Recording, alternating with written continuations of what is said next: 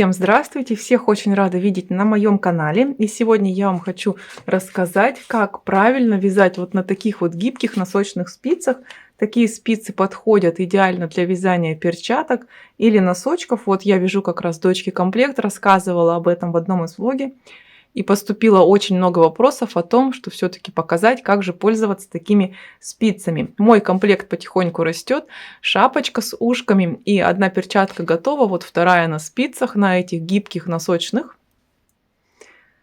Очень удобные такие спицы для вязания, хотя можно вязать, конечно, и взяв спицы на лески в технике Magic Loop, но это совсем не та скорость, это совсем не та плотность, это не такие красивые и аккуратные петельки. Шапочки я вяжу всегда вот на таких бамбуковых укороченных спицах. Это очень дешевые китайские спицы, но очень классные. Работаю ими уже 2 года, все в идеальном состоянии. Я вам даже оставлю ссылку, где я их покупала на Алиэкспресс. Такой набор из 18 пар стоит всего лишь 300 рублей. Очень выгодная цена.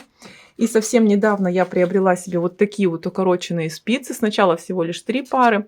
Вот совсем недавно взяла 4-ю для того, чтобы вязать перчатки, потому что мне не нравилась плотность на таких вот, на больших спицах. Взяла 2-ю.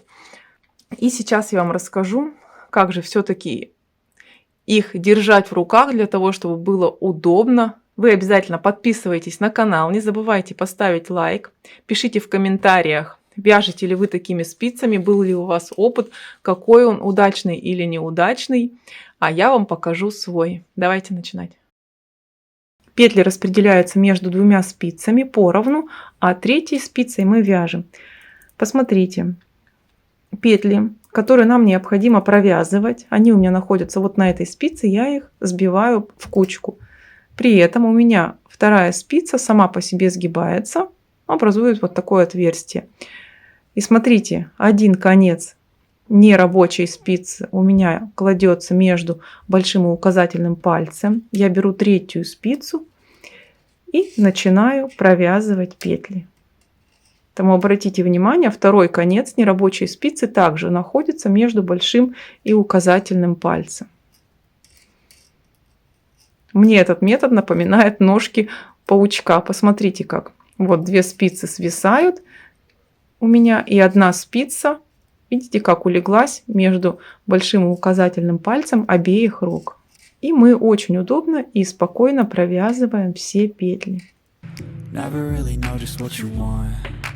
With you I don't ever feel calm. I can feel the sweat inside my palm. Play with me like cats and a string. You don't understand the pain it brings. You don't ever wanna give me wings. И постоянно повторяем этот момент. Собираем в кучу петли на спице. 2-я спица у нас сразу же сгибается. Концы ее уходят между большим и указательным пальцами. И мы вяжем.